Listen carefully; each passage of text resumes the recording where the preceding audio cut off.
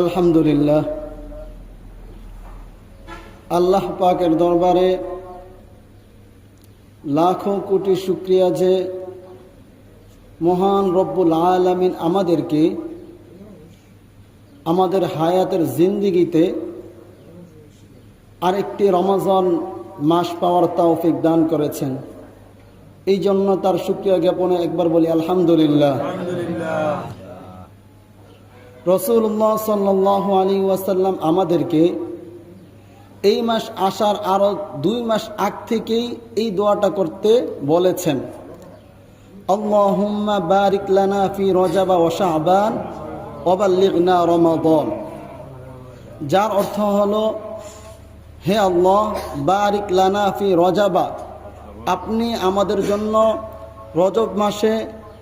রজব মাসটাকে বরকতপূর্ণ করুন। ওয়া শাবান, এবং শাবান মাসকেও আমাদের জন্য বরকতপূর্ণ করুন। ওয়া বাল্লিগনা রমাদান, এবং আপনি আমাদেরকে রমজান পর্যন্ত হায়াত দান করুন। এবার বুঝেন কতটা গুরুত্বপূর্ণ একটি মাস, যে এই মাস আসার আরও 2 মাস আগ থেকেই রমজানের প্রস্তুতি নিতে বলেছেন। তোমার অনেক কাজ বাকি রয়েছে, রমজানের আগেই করে সেরে ফেলো, যেন রমজান মাস এমন কঠিন কাজ করতে না হয় রমজান মাসে, যার কারণে রোজা রাখতে তোমার কষ্ট হয়, ইবাদতে তোমার ঘাটতি হয়। এই রমজান মাস এটা তাকওয়া অর্জনের মাস। এই রমজান মাস এটা কোরআন নাজিলের মাস। এই রমজান মাস আল্লাহ তাআলার নৈকট্য লাভের মাস। এই রমজান মাস এটি এমন এক মাস যেই মাসে আল্লাহ তাআলা জান্নাতের দরজাগুলো খুলে দেন। এটি এমন এক মাস যেই মাসে আল্লাহ তাআলা জাহান্নামের দরজাগুলোকে বন্ধ করে দেন। এই রমজান মাসে আল্লাহ তাআলা শয়তানকে বন্দী করে রাখেন। সুবহানাল্লাহ, এত ফজিলতপূর্ণ, এত গুরুত্বপূর্ণ একটা মাস। তো এই মাসে রাসূলুল্লাহ সাল্লাল্লাহু আলাইহি ওয়াসাল্লাম বলেন এই মাস সম্পর্কে, ইয়া আইয়ুহান নাস, হে মানুষ, হে লোক সকল, কদ আযাল্লাকুম শাহরুন আযীমুন মুবারাকুন। রাসূলুল্লাহ সাল্লাল্লাহু আলাইহি ওয়াসাল্লাম বলেন, হে মানুষ, তোমাদের উপর এক বরকতময় মাস আগমন ঘটেছে, একটি বরকতপূর্ণ মাসের আগমন হয়েছে। হুয়া শাহরুন, এটি এমন এক মাস, আউয়ালুহু রহমাতুন, যার প্রথম 10 দিন হলো রহমত স্বরূপ বান্দার জন্য।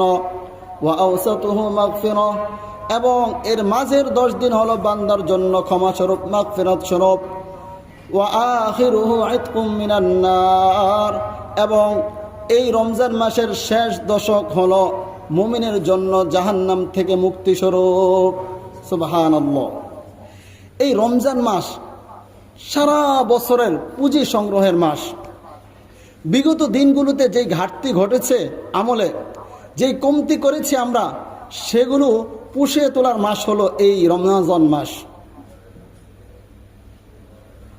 এই রমজান মাস আল্লাহ তাআলা এই উম্মতকে দান করেছেন। এই রমজানের মাসের মাধ্যমে এই উম্মতের শ্রেষ্ঠত্ব অনেক বেশি।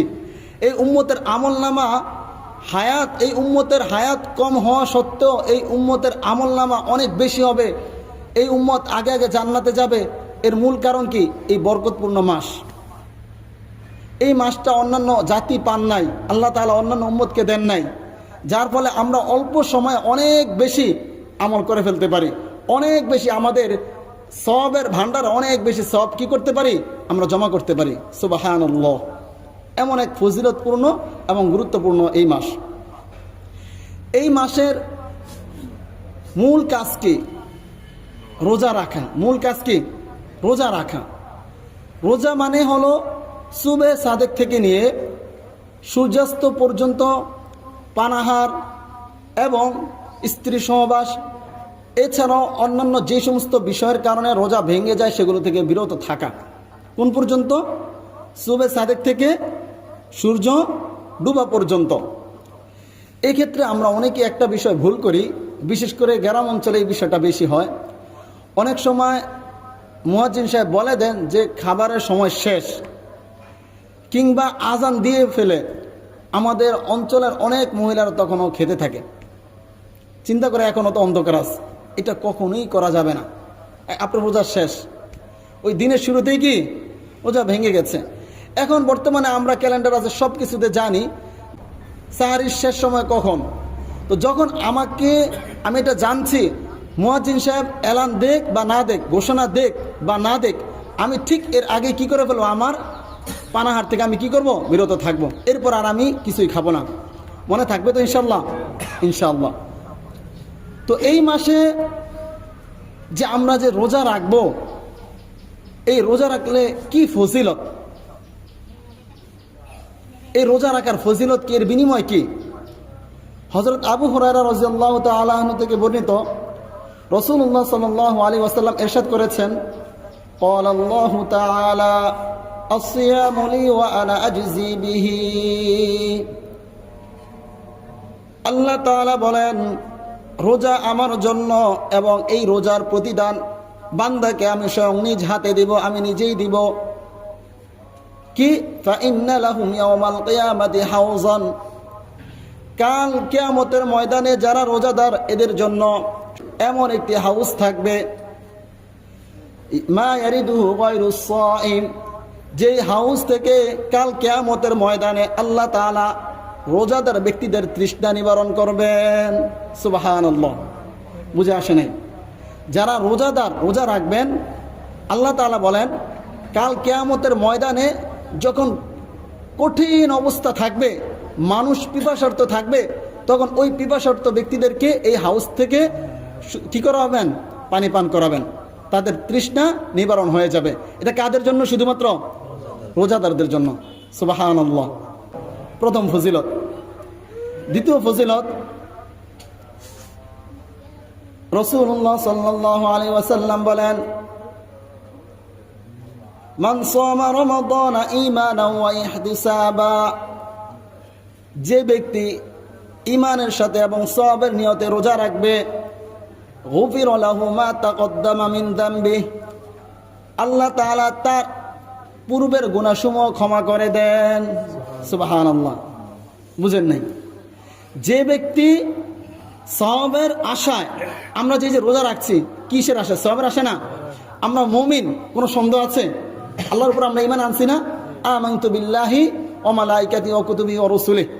তো আল্লাহর হাবিব সাল্লাল্লাহু আলাইহি ওয়াসাল্লাম বলেন, যে ব্যক্তি রমাজান মাসে ঈমান অবস্থায় সওয়াবের আশায় যদি রোজা রাখে, আল্লাহ তাআলা তার পূর্বের গুনাহসমূহ ক্ষমা করে দেন।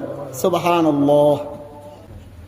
তৃতীয় ফজিলত, মনে রাখতে হবে ফজিলতগুলো, যে রাসূলুল্লাহ সাল্লাল্লাহু আলাইহি ওয়াসাল্লাম বলেন, জান্নাতে রোজাদার ব্যক্তিদের জন্য বিশেষ একটি দরজা থাকবে, যার নাম কি? রাইয়ান।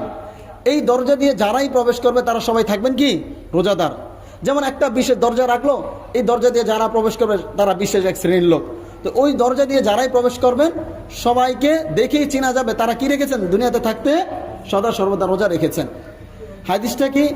রাসূলুল্লাহ সাল্লাল্লাহু আলাইহি ওয়াসাল্লাম ইরশাদ করেন, ইন্না ফিল জান্নাতি বাবান ইউকালু লাহু আর-রায়্যান, জান্নাতে এমন এক বিশেষ দরজা থাকবে যেই দরজার নাম হলো রায়্যান।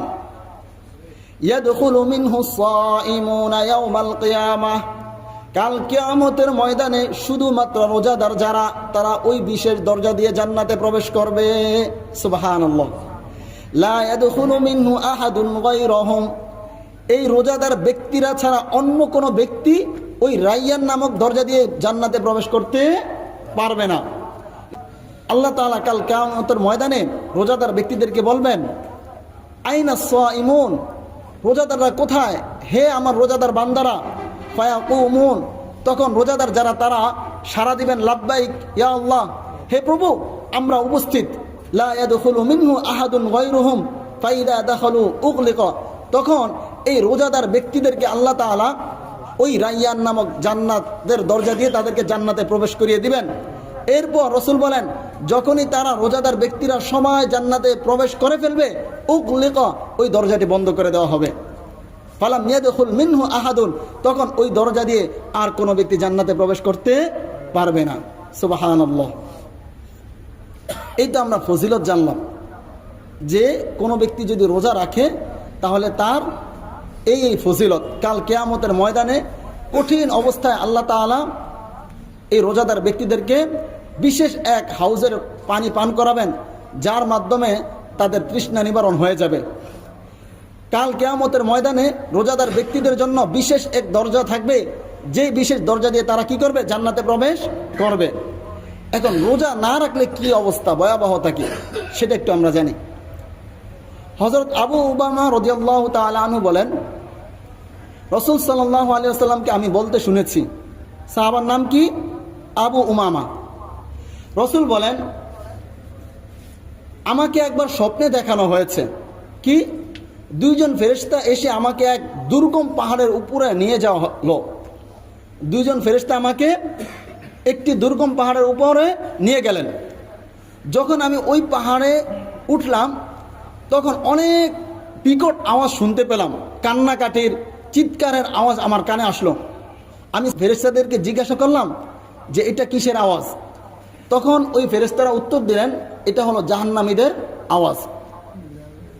এরপর রাসূল বলেন, ফেরেশতারা আমাকে নিয়ে হাঁটতেছিলেন, আরেকটু সামনে আমি যাচ্ছিলাম পাহাড়ের উপরে।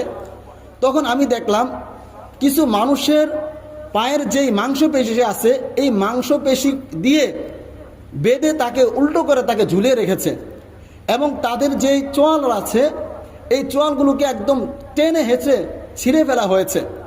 রাসূল বলেন, আমি ওই ফেরেশতাদেরকে জিজ্ঞাসা করলাম, এই লোকদের এই অবস্থা কেন, এরা কারা?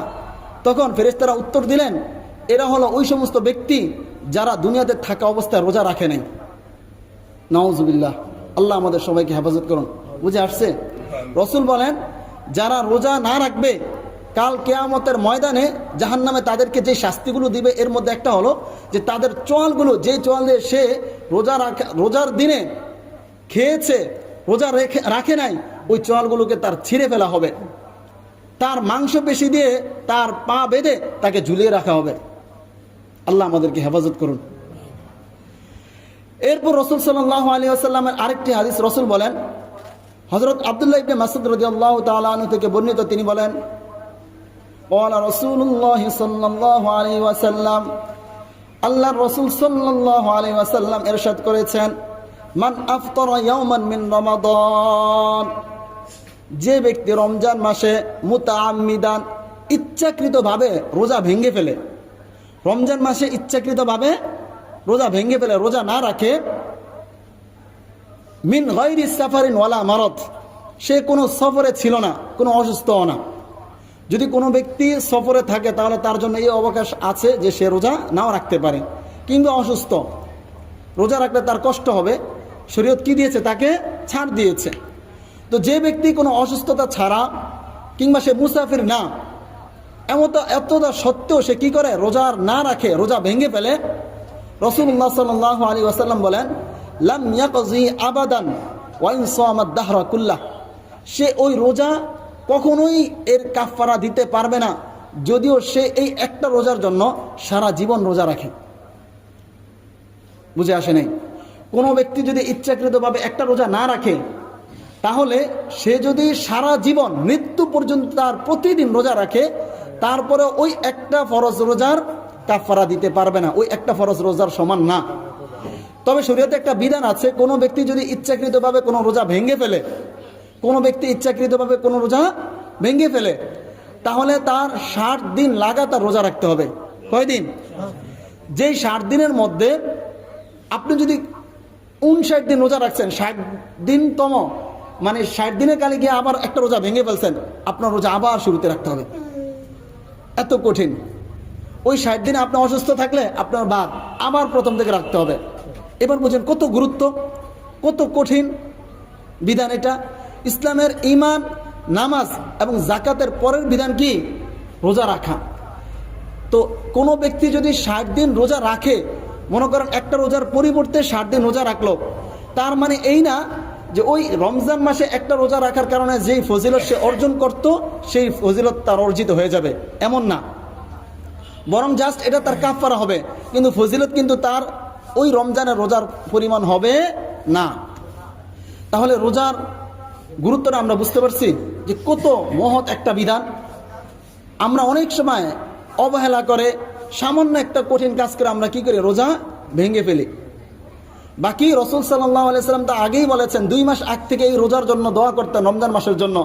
তা আমাদের সবারই উচিত যে রমজান মাস যখনই আসবে, আল্লাহ তাআলা যদি আমাদেরকে ভবিষ্যতে আরও রমজান পাওয়ার তৌফিক দান করেন, যত কঠিন কাজগুলো আছে সেগুলো আমরা রমজান আগে সেরে ফেলব। রমজান মাসটাকে অধিকাংশ সময়টা, বেশিরভাগ সময়টা যেন আমার যায় ইবাদতে, আমি যেন আল্লাহ তাআলা ইবাদত পালন করতে পারি। এর জন্য আমি কি করব, এই রমজান মাসকে আমি নিয়োজিত রাখবো নিজেকে।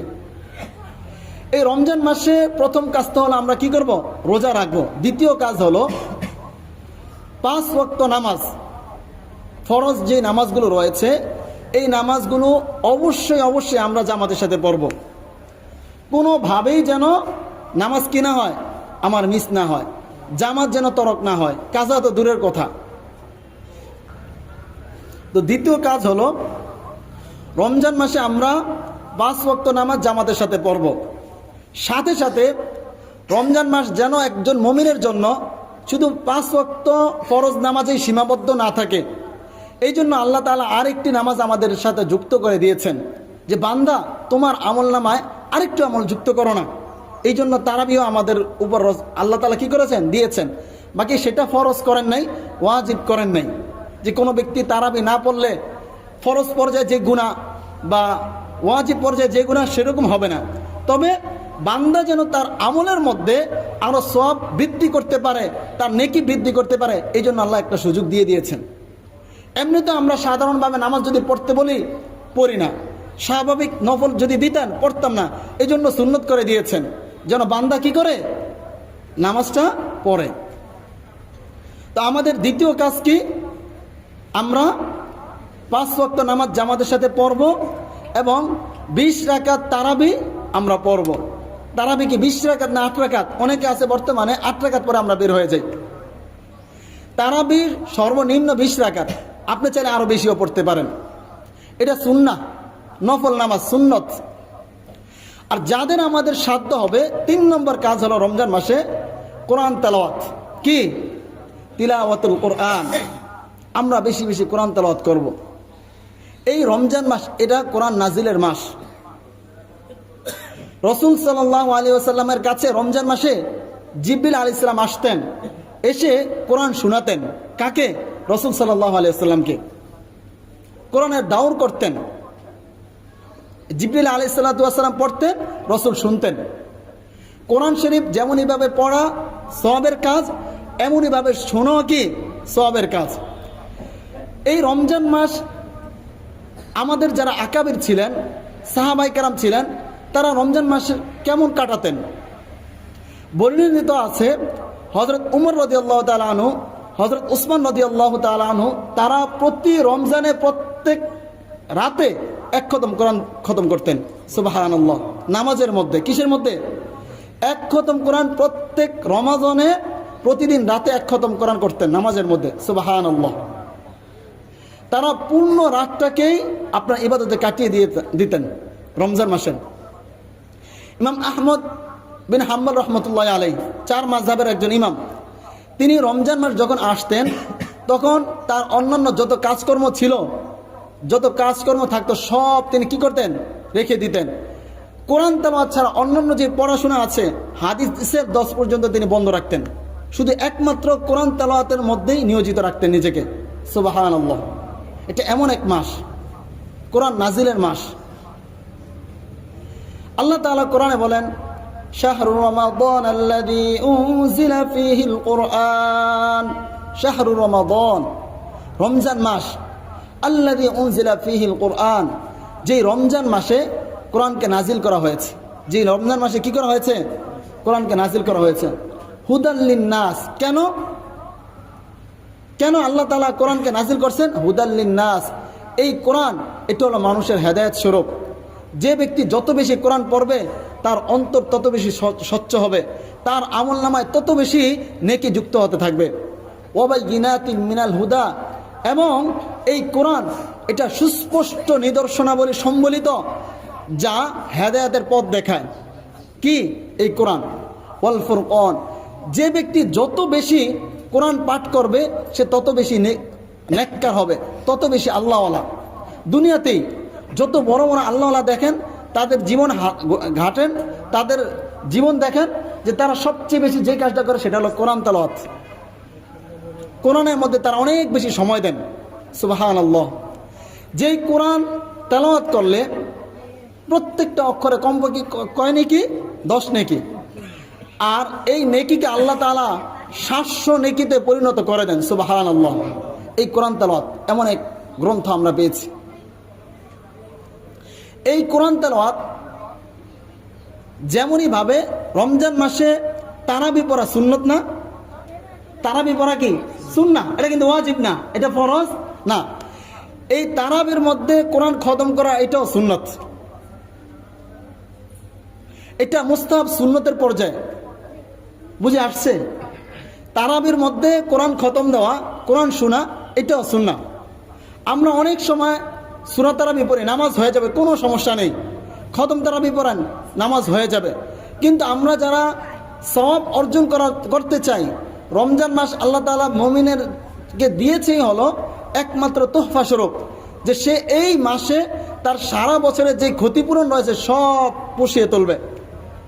সারা জিন্দেগিতে আল্লাহ কি বলেছেন, রসুল কি বলেছেন? যে ব্যক্তি ইমানের সাথে সওয়াবের আশা রোজা রাখবে, আল্লাহ তাআলা তার পিছনের সমস্ত গুনাহ মাফ করে দেন। মা তাকদ্দামা মিন যানবি গফিরা লাহু মা তাকদ্দামা মিন যানবি। তাহলে এত গুরুত্বপূর্ণ একটা মাস, এই মাস হায়াতে আমরা পেয়েছি, সামনে তো নাও পেতে পারি, হয় না? গত রমজানে কত মানুষ দুনিয়াতে ছিল, এই রমজান পর্যন্ত অনেক মানুষ হয়েছে না যে তারা আর এই রমজান পায় নাই, রমজানের পূর্বেই তারা দুনিয়া ত্যাগ করেছে। আমাদের মতো যুবক, সুস্থ সবল, শুধু বৃদ্ধ না, এমনকি কোনো মানুষ এই গত 1 বছরে মারা যান নাই দুনিয়াতে?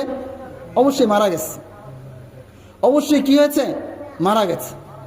তাহলে আমরা এই যে এত সুন্দর একটা মাস, এত বরকতপূর্ণ একটা মাস, ফজিলতপূর্ণ একটা মাস, মাগফিরাতের একটা মাস, নাজাতের একটি মাস, এই মাসটাকে যদি আমি আমার নিজের মুক্তির, জাহান্নাম থেকে মুক্তির উপায় করে নিতে না পারি, আমি যদি এই মাসে সারা বছরে পুঁজি অর্জন করতে না পারি, তাহলে আমি হলো হতভাগা। রাসূল সাল্লাল্লাহু আলাইহি ওয়াসাল্লাম বলেন যে ওই ব্যক্তি কতই না হতভাগা, যে ব্যক্তি রমজান মাস পেয়েও সে তার গুনাহ মাফ করে নিতে পারলো না। যে ব্যক্তি রমজান মাস পেয়েও রমজানে যে ফিউজ আছে, যে বরাকাতগুলো রয়েছে, রমজানে যে সওয়াব রয়েছে, সেগুলো সে হাসিল করতে পারলো না, সে কতই না হতভাগা বান্দা। আল্লাহ আমাদের সবাইকে হেফাজত করুন। তাহলে রমজান মাস কত গুরুত্বপূর্ণ একটি মাস। এই মাসে কোনোভাবেই একজন মুমিনের এমন কোনো কাজ করা উচিত না যে কাজগুলো একদম অনর্থক, বেহুদা কোনো কাজে আসে না। আর গীবত শেখাত এগুলো তো করা যাবেই না। বেহুদা কোনো কাজ করব না, এমনইভাবে গুনার যে কাজগুলো রয়েছে সেগুলো আমরা কোনোভাবেই করব না। রমজান মাসে রোজা রাখলেন, না খেয়ে থাকলেন, কষ্ট করলেন, কিন্তু আপনি সারাদিন আপনার গীবত শেখাতে যাচ্ছে। আপনি রমজান মাসে রোজা রেখে আপনি বিভিন্ন নাটক সিনেমা দেখছেন, আপনার রোজার কোনো প্রয়োজন নেই।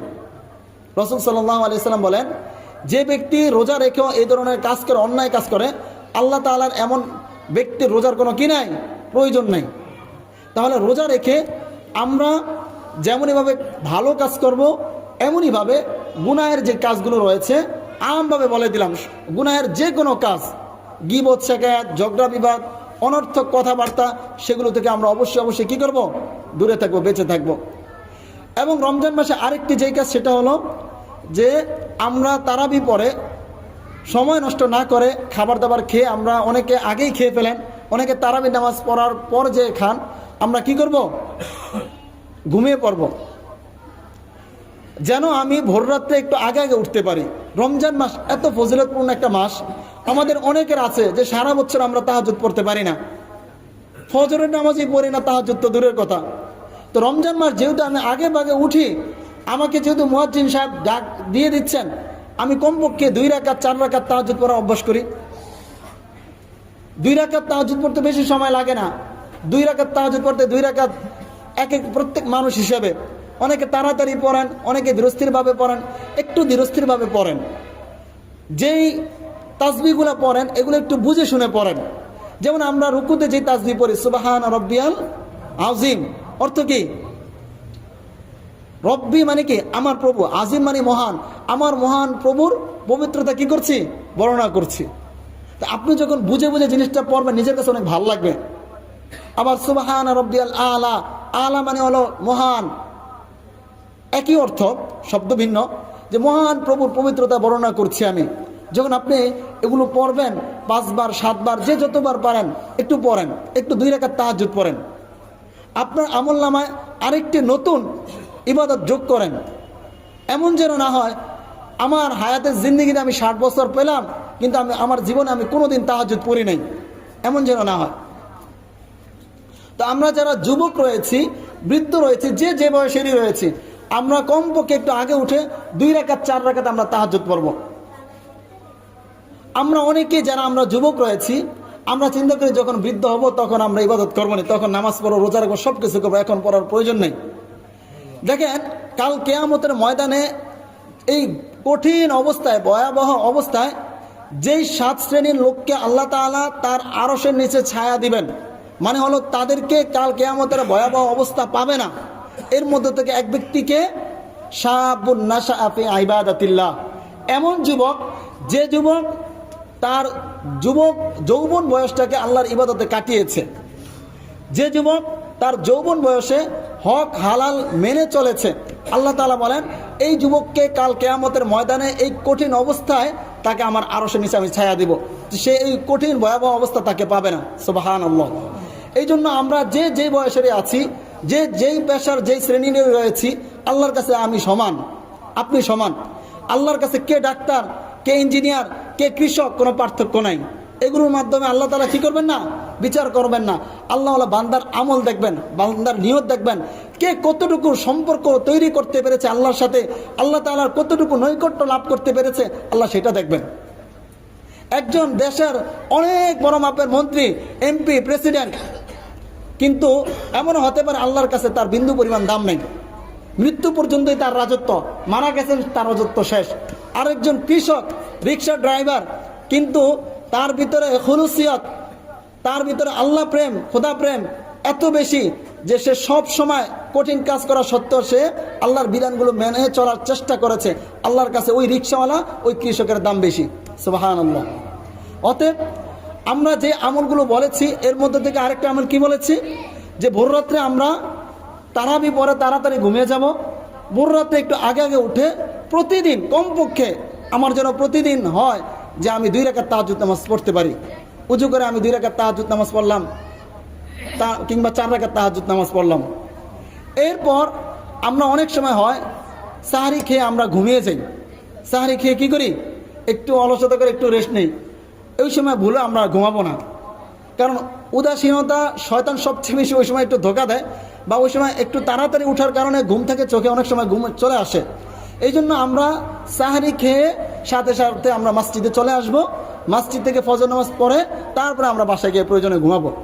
কিন্তু আমি সাহরি খেয়ে ঘুমিয়ে পড়লাম, আমার ফরজ আরেকটি বিধান, ফরজ একটা মানলাম রোজা, কিন্তু ফজর নামাজ যে ফরজ সেটা আমি মানলাম না, এমন যেন না হয়। তো সাহরি খেয়ে আমরা কি করব, আমরা মসজিদে চলে আসব। রমজান মাসে আরও যেই কাজগুলো আমরা করব এর মধ্যে থেকে আরেকটি কাজ হলো সাদাকা। কি সাদাকা? প্রতিদিন কমপক্ষে রমজানের প্রতিদিন যেন কমপক্ষে 1 টাকা হলো আমি আমার সদকায় দিব, দান করব। এখন সাদাকা বলতে আমরা কি বুঝি? শুধু আল্লাহর রাস্তায় মসজিদের বাক্সতে দান করা, এটাই সদকা? এটা না। সদকা তো এটা ঠিক আছে, আল্লাহর রাস্তা মানে কি? আল্লাহর রাস্তা মানে কি মসজিদের দান বাক্সে দান করা? এটাই না। আল্লাহর রাস্তা মানে হলো মসজিদে যেমনইভাবে আপনি দিতে পারবেন তেমনইভাবে আপনার পার্শ্ববর্তী যেই গরিব দুঃখী রয়েছেন তাদেরকে আপনি দিবেন, আপনার আত্মীয় স্বজনদের মধ্য থেকে যারা রয়েছেন তাদেরকেও আপনি দিবেন। আপনি একটু খোঁজখবর নেবেন, অনেক মানুষ আছে যারা অনেক দরিদ্র, কিন্তু তারা কারোর কাছে চায় না। যে গতকাল হাফেজ সাহেবরা ওই আয়াতগুলো পড়েছেন যে তোমরা যে দান করবা, কাকে দান করবা? তোমরা দান করবা, কাকে দান করবা? দেখেন আল্লাহ তাআলা কোরআনে নিজেই বলেন লিল ফুকারাইল্লাযীনা উহসিরু ফি সাবিলিল্লাহ লা ইস্তাতিউনা দারবান ফিল আরদ ইয়াহসাবুহুমুল জাহিলু আগনিয়া মিনাত তাআফফুফ তা'রিফুহুম বিসীমাহুম লা ইয়াসআলুনা আন-নাসা ইলহাফা। যে যারা অনেক সংকটময় অবস্থায় রয়েছে, অনেক দুঃখে রয়েছে, কিন্তু তার এত দারিদ্রতা থাকা সত্ত্বেও, তার সংকটময় অবস্থা থাকা সত্ত্বেও সে লজ্জায় আল্লাহর ভয়ে কারো কাছে সে কি করতে পারে না, হাত পাততে পারে না। তুমি তাদেরকে কি করো, সাহায্য করো। আমরা অনেক সময় জানি না আমাদের সমাজের কে গরিব, জানি কিন্তু বুঝি। আমার আশপাশে কে অনেক দরিদ্র অবস্থায় আছে, সে তার নুন আনতে পান্তা পুরায়, আমি বুঝি। যে রমজান মাসে একবেলা একটু ভালো খাবে, আমি বুঝি কে পারে না। তো আপনি যখন বুঝেন কিন্তু সে কারো কাছে হাতও পাতে না, আল্লাহ তাআলা বলছেন এমন ব্যক্তিকে তোমরা আগে দান করো।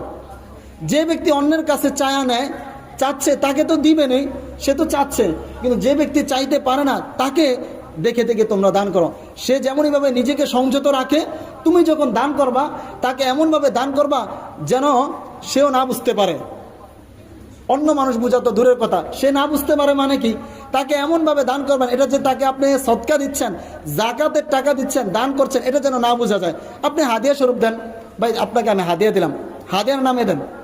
আপনার নিয়ত তো কি আল্লাহ জানেন না, হাদিয়ার নামে দিবেন। আপনি যখন আপনার আরেক ভাই, খুব দরিদ্র আপন ভাই, নিজের বাবা মা যারা রয়েছেন তাদেরকে কিন্তু সদকা দিলে হয় না, জাকাত দিলে হবে না। মাসালা, আপনার বাবা মা খুব দরিদ্র, তা আপনি মনে করেন জাকাতের টাকা তাদেরকে হাদিয়ার নিয়তে দিয়েছেন, হবে না। আপনার বাবা মার দায়িত্ব আপনার উপর, এটা আল্লাহ ওয়াজিব করে দিয়েছে, তার ভরণ পোষণ আপনাকে দিতে হবে, তারা যদি দরিদ্র থাকে। কিন্তু আপনার আপন ভাই, তার ভরণ পোষণ আপনার উপর দায়িত্ব না। এই জন্য আপনার আপন অন্য কোনো ভাই যদি দারিদ্র থাকেন, কিংবা আত্মীয় স্বজনদের মধ্য থেকে কেউ যদি দারিদ্র থাকেন, তাহলে তাদেরকে আপনি কি করতে পারেন, হাদিয়া দিতে পারেন, আপনি সদকা করতে পারেন। তো রমজান মাসে আমরা যাদেরকে দান করব, যেমনইভাবে আমি মসজিদ মাদ্রাসায় দান করব, আমি যদি মসজিদে 10 টাকা দেই, আমি চেষ্টা করব আমার সমাজে যে গরিব যেই মানুষটা রয়েছে তাকে আমি একটু 10 টাকা দেই, কিংবা সে যেন একটু ভালো খেতে পারে তাকে আমি দেই। শহর অঞ্চলে যারা ভিক্ষুক থাকেন, ফকির থাকেন, এরা কিন্তু মানুষের কাছে সাধারণত টাকা নেয়, অন্য কিছু নেন না। তো তারা তাদের টাকা মাধ্যমে তাদের যেই আপনার প্রয়োজনীয় বিষয়গুলো আছে তারা কিন্তু পূরণ করতে পারে। পক্ষান্তরে আমাদের যারা গ্রাম অঞ্চলে ফকির রয়েছেন, দরিদ্র মানুষ রয়েছেন, এদেরা কিন্তু শুধু আমরা অনেক সময় চালের জন্য আসে, তা আমরা চাল দিয়ে তাদেরকে আমরা বিদায় করে দিই। তো সেটা তো আমরা দিবই। অন্য মাস যদি আমি 1 মুঠ চাল দিয়ে থাকি, এই মাসে আপনি একটু 2 মুঠ চাল দেন না, সাথে সাথে চাল যেমনইভাবে দিব, পারলে আমরা সবাই কিছু টাকাও তাদেরকে দিয়ে দিব। যখন সে আপনার কাছে চেতে আসছে, তখন আপনারা কি করবেন, কিছু হাদিয়া তাকে দিয়ে দিবেন, 10 টাকা 20 টাকা দিয়ে দিবেন। তাহলে আমরা যেমনইভাবে রমজান মাসে যেমনইভাবে আমরা মসজিদ মাদ্রাসায় দান করব, তেমনইভাবে সমাজের যারা গরিব রয়েছেন, দারিদ্র রয়েছেন, ছিন্নমূল রয়েছেন, এমন ব্যক্তিদেরকে আমরা কি করব, দান করব। তারাও যেন আমার কিছু দানের অনুগ্রহ তারা পায়, তারাও যেন রমজান মাসে একটু ভালো খেতে পারে, একটু ভালো চলতে পারে। তাহলে আবারও আমি সংক্ষেপে, অনেক পরে আসছেন, একটু সংক্ষেপে বলি যে রমজান মাসটা আমরা কিভাবে কাটাবো। এর আগে যে আলোচনা করছি সেটা বাদ, শুধু এই বিষয়টাগুলো আমরা রাখি যে রমজান মাসে আমি কি আমল করব। প্রথম কাজ হলো, আমার জীবন চলে যাবে, তারপরে আমি কোনোভাবে কোনো রোজা ভাঙবো না, ইনশাআল্লাহ। সবাই ইনশাআল্লাহ বলি, ইনশাআল্লাহ। যে রমজানের 30টা হোক 29টা হোক, এই রোজা আমি অবশ্যই রাখবো, একটা রোজা আমি ভাঙবো না। এবং রোজা রাখবো, শুধু রোজাই রাখলাম, না খেয়ে থাকলাম, সারাদিন আমি গীবত শেখায়াত, মানুষের দুর্নাম বদনাম এগুলোতে যেন আমার দিনটা না যায়, বরং আমি সারাদিন চেষ্টা করব, আমি কাজকর্ম তো করবো, জিকির আজকারের মধ্যে নিয়োজিত নিজেকে রাখা, ভালো কাজে রাখা। তো প্রথম কাজ রোজা রাখা। দ্বিতীয় কাজ হলো 5 ওয়াক্ত নামাজ আমি কমপক্ষে কি করব, জামাতের সাথে আদায় করব। এই যে জুমার দিন যেমনইভাবে পুরো মসজিদ ভরেছে, এমন যেন প্রত্যেক ওয়াক্ত নামাজে ভরে। রমজান মাস রাসূল সাল্লাল্লাহু আলাইহি সাল্লাম আসার আগে দোয়া করতেন, এই জন্য যে রমজান মাস যখন একটা মানুষ ইবাদতে অভ্যস্ত হয়ে যাবে, তখন সে যেন এই অভ্যাসটা সারা বছর ধরে রাখতে পারে। এছাড়াও সারা বছরের কাজা কাফারা এর জন্যে মূলত রমজান মাস। আপনি সারা বছর যেই কমতি করেছেন ইবাদতে, যেই ঘাটতি করেছেন, এই রমজান মাসে আল্লাহ তাআলা আপনাকে এই জন্য দিয়েছেন যে সারা বছর ঘাটতিটা যেন আপনি পূরণ করতে পারেন। সারা বছর যে গুনাহগুলো করেছেন সেই গুনাহগুলো যেন মাফ করে নিতে পারেন, এই জন্য এই রমজান মাস দিয়েছেন। অতএব দ্বিতীয় কাজ কি, আমাদের দ্বিতীয় আমল কি? অবশ্যই অবশ্যই আমরা কি করব? 5 ওয়াক্ত নামাজ জামাতের সাথে পড়ব। 3 নম্বর কাজ হলো কোরআন তেলাওয়াত। 3 নম্বর কাজ কি? আমরা যারা কোরআন তেলাওয়াত করতে পারি অবশ্যই অবশ্যই প্রতিদিন নিয়মতান্ত্রিক একটা কোরআন শরীফ তেলাওয়াত করব। আর আমরা যারা না পারি তারা যেখানে কোরআন তেলাওয়াত হয় সেখানে আমরা কোরআন তেলাওয়াত শুনবো। অনেক সময় ঘুমের সময় আপনি মোবাইলে কোরআন তেলাওয়াতটা ছেড়ে রাখেন, রমজান মাস কোরআন তেলাওয়াতটা ছেড়ে ছেড়ে ঘুমান, সব পেতে আপনি ঘুমাচ্ছেন, সব পাইতেছেন। যেখানে খতম তারাবি হয় আমরা একটু তারাবি পড়তে যাব। ইমাম সাহেব এই যে 1 মাস তো কমপক্ষে আপনি সব পেয়ে যাচ্ছেন এক খতম কোরআনে, সুবহানাল্লাহ। আগামী রমজান তো আপনি নাও পেতে পারেন। আগামী রমজান এমন হতে পারে আমাদের মধ্য থেকে আজকে আমরা যারা এখানে উপস্থিত রয়েছি অনেকে এমন হতে পারে যে কোনো বয়স নেই হায়াতের, যে আমি আগামী রমজানটা আর পেলাম না। এই যে এত বরকতপূর্ণ একটা মাস আল্লাহ আমাদেরকে দিয়েছেন, কোরআন নাজিলের মাস, যেই মাসে রাসূল সাল্লাল্লাহু আলাইহি ওয়াসাল্লাম পুরো মাস রাত্র জাগরণ করে ইবাদত করতেন। সাহাবায়ে কেরাম বর্ণিত আছে, সাহাবায়ে কেরাম এত বেশি রমজান মাসে দাঁড়িয়ে ইবাদত করতেন রাতের বেলা যে তাদের পা ফুলে যেত। এমনকি বর্ণিত আছে যে সাহাবায়ে কেরাম তারা ট্যাক লাগিয়ে কিছুর সাথে ভর করে তারা দাঁড়িয়ে থাকতেন। কেউ নামাজ পড়ছে সে পিছনে যা দাঁড়িয়ে রয়েছে। এটাও তো বললাম যে হযরত উসমান রাদিয়াল্লাহু তাআলা আনহু প্রতিদিন রাত্রে নামাজের মধ্যে 1 খতম কোরআন দিতেন, সুবহানাল্লাহ। তো তারা পারলে আমরা পারি না কেন? তাদের যুগে যে সমস্ত সরঞ্জাম ছিল, এই আধুনিক যত ব্যবস্থা আছে আমাদের যুগে কি কম? আমরা তো আরও বেশি পেয়েছি। তারা যা খেতেন আমরা আরও বেশি ভালো খাই, সব কিছু আমাদের আছে, তা আমি কেন পারবো না? আমি না পারার মূল বিষয়টা হলো আমার মনটা প্রস্তুত না। আসলে ইবাদতের জন্য, ইবাদতের লাজ্জাত, হালাওয়াত, মিষ্টতা পাওয়ার জন্য যেই মনটা যেরকম প্রস্তুত হতে হয় সেরকম প্রস্তুত না। এই জন্য আমার কাছে খারাপ লাগে। আমার অন্তরটা একটা গাফেল অন্তর হয়ে রয়েছে, আল্লাহর থেকে অনেক উদাসীন। এই জন্য আমার কোরআন তেলাওয়াত ভাল লাগে না, নামাজে মন বসে না। এই মূল কারণ হলো আল্লাহ তাআলার নৈকট্য আমাদের নাই, তাকওয়া নাই। এই জন্য যখন ওয়াইদা তুলিয়াত আলাইহিম আয়াতু যাদাতুম ঈমানা, আল্লাহ নিজে কোরআনে বলেছেন যে কোরআন তেলাওয়াত যখন কেউ করে কিংবা কোরআন তেলাওয়াত যদি শুনে, যে যত বেশি কোরআন তেলাওয়াত শুনবে তার তত বেশি ঈমান বৃদ্ধি পাবে। আমাদের উদাসীনতা, দিনের প্রতি উদাসীন, এই গাফলত, এটা দূর করার জন্য মূল কারিগরি কি? কোরআন তেলাওয়াত, জিকির, আজকার। তাহলে 3 নম্বর যে কাজটা বলেছি সেটা হলো আমরা সকলেই কোরআন তেলাওয়াত করব এবং সাথে সাথে অন্যান্য জিকির আজকারও করব। 3 নম্বর আমল। 4 নম্বর আমল হলো কি বলেছি, যে প্রতিদিন শেষটাতে যখন আমরা সাহরি খেতে উঠবো কমপক্ষে যেন 2 রাকাত তাহাজ্জুদ নামাজ আমরা পড়তে পারি, ইনশাআল্লাহ। 5 নম্বর যে আমল সেটা হলো যে রমজান মাস এত ফজিলতপূর্ণ একটি মাস, এই মাসে প্রতিদিন কমপক্ষে 1 টাকা করে হলো আমি সদকা করব। সেটা আপনি মসজিদেও করতে পারেন, আপনি গরিব কোনো ব্যক্তিকেও দিতে পারেন, আপনার ইচ্ছা, আপনি যাকে দেন। সদকা মানে এই না যে শুধু আপনি মসজিদে দিবেন, ফি সাবিলিল্লাহ আল্লাহর রাস্তা মানে এই না যে শুধু আল্লাহর রাস্তায় আপনি দান করবেন। আল্লাহর রাস্তা এটা ব্যাপক শব্দ। এই যে সমাজে যারা দরিদ্র আছেন, 5 নম্বর কাজ হলো আমরা একটু তাদের প্রতি লক্ষ্য রাখবো। বিশেষভাবে অনেক গরিব মানুষ রয়েছে যারা কারোর কাছে হাত পাতে না, কারোর কাছে চায় না, কিন্তু আমি জানি সে আসলে অনেক অসহায়, সে আসলে অনেক ভালো একদিন বাজার করে খেতে পারে না। বিশেষ করে আপনি গোপনে, সে যেহেতু তার নিজের দারিদ্রতা গোপন রেখেছে, কারোর কাছে প্রকাশ করে না, নিজেকে ছোট করে না, আপনি কেন অন্যের সবার সামনে দিয়ে তাকে ছোট করবেন? আপনি যখন তাকে দান করবেন আপনি ওই গোপনে দিবেন, তাকে আপনি কখনো কি দিবেন না, সবার সামনে ডাক ডোল পিড়িয়ে দিবেন না। এমনভাবে দিবেন যেন সেও না বুঝে। সে না বুঝে কিভাবে? ওই যে ভাই আপনাকে আমি আমার যাকাতের টাকা দিচ্ছি, আমার সদকার টাকা দিচ্ছি, এটা বলার কোনো প্রয়োজন নাই। যখন আপনি দিবেন তখন তাকে বলেন, ভাই দাঁড়ান, রমজান মাস উপলক্ষে আপনাকে আমি হাদিয়া দিলাম, 500 টাকা আপনি নেন হাদিয়া, আপনি আমার দিনই ভাই, আপনাকে মহাব্বত করে দিলাম, আপনাকে মহাব্বত করে আমি 1000 টাকা দিলাম, হাদিয়া দিলাম। এই হাদিয়া বলে দিবেন ইনশাআল্লাহ। আল্লাহ তাআলা যে আমলগুলোর কথা বলেছি সেগুলোর উপর আমল করা তৌফিক দান করুন।